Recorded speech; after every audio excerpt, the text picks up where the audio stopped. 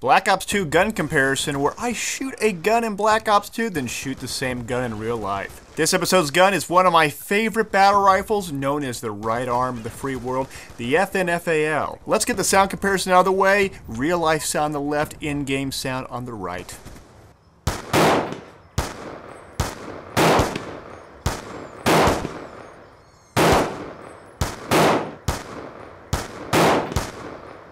Now I know what you're thinking, Daskro, these are two different looking FALs, not an appropriate comparison. While true, let me tell you a little bit about the differences between these two rifles.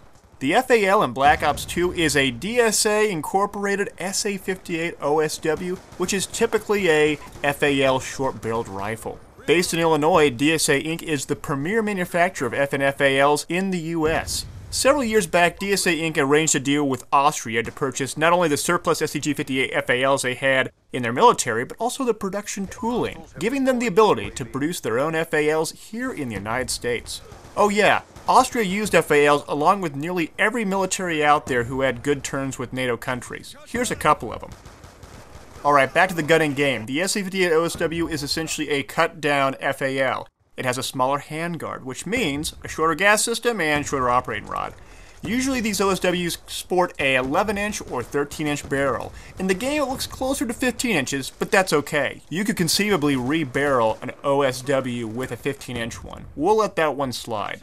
Beyond the length, the OSW has a folding stock and a bunch of rails, not only on the handguards, but also on the top dust cover, allowing for mounting of optics, laser designators, flashlights, you name it. The gun I'm shooting in real life is what is called a Franken Fal or Franken Fal. The parts were taken from an Austrian STG-58 and the receiver was built on an Imbel receiver from Brazil. It was assembled by Arizona Response Systems, a small gunsmithing outfit that makes some pretty high quality builds. This STG-58 has a full-length stock, no rails, an integrated bipod, and a 21-inch barrel. Beyond these differences, the STG-58 operates identically to the DSA SA58 OSW.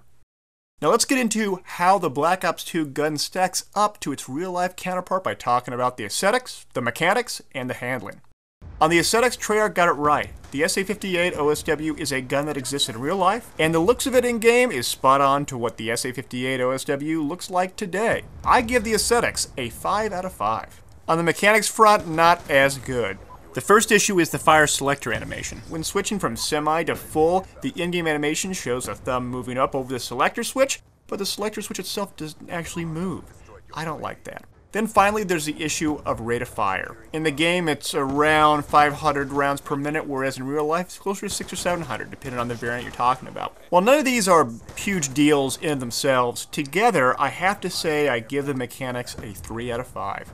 Finally, the handling. The FN FAL is a battle rifle chambered in 7.62 by 51 NATO, which has a tremendous amount of recoil. Having put thousands of rounds through this FAL in real life and shooting full auto FALs in the past, I'll tell you that the recoil could be exaggerated a bit more. And that's not even taking into account the fact that the FAL in this game has a shorter barrel and a lighter gun, which will have more recoil as a result. Also, while it is correct for the in-game player to use the charging handle after he runs their mags dry and subsequently reloads, the FALs do have a bolt release button, which would make the reloads even faster. Sure, Treyarch could have put this in for balancing purposes, but bolt hold opens are a big deal, and if used correctly can make reloads a whole lot faster. I give the handling a 2 out of 5. With the scores aggregated, it rounds out to a 3 out of 5. Not too bad.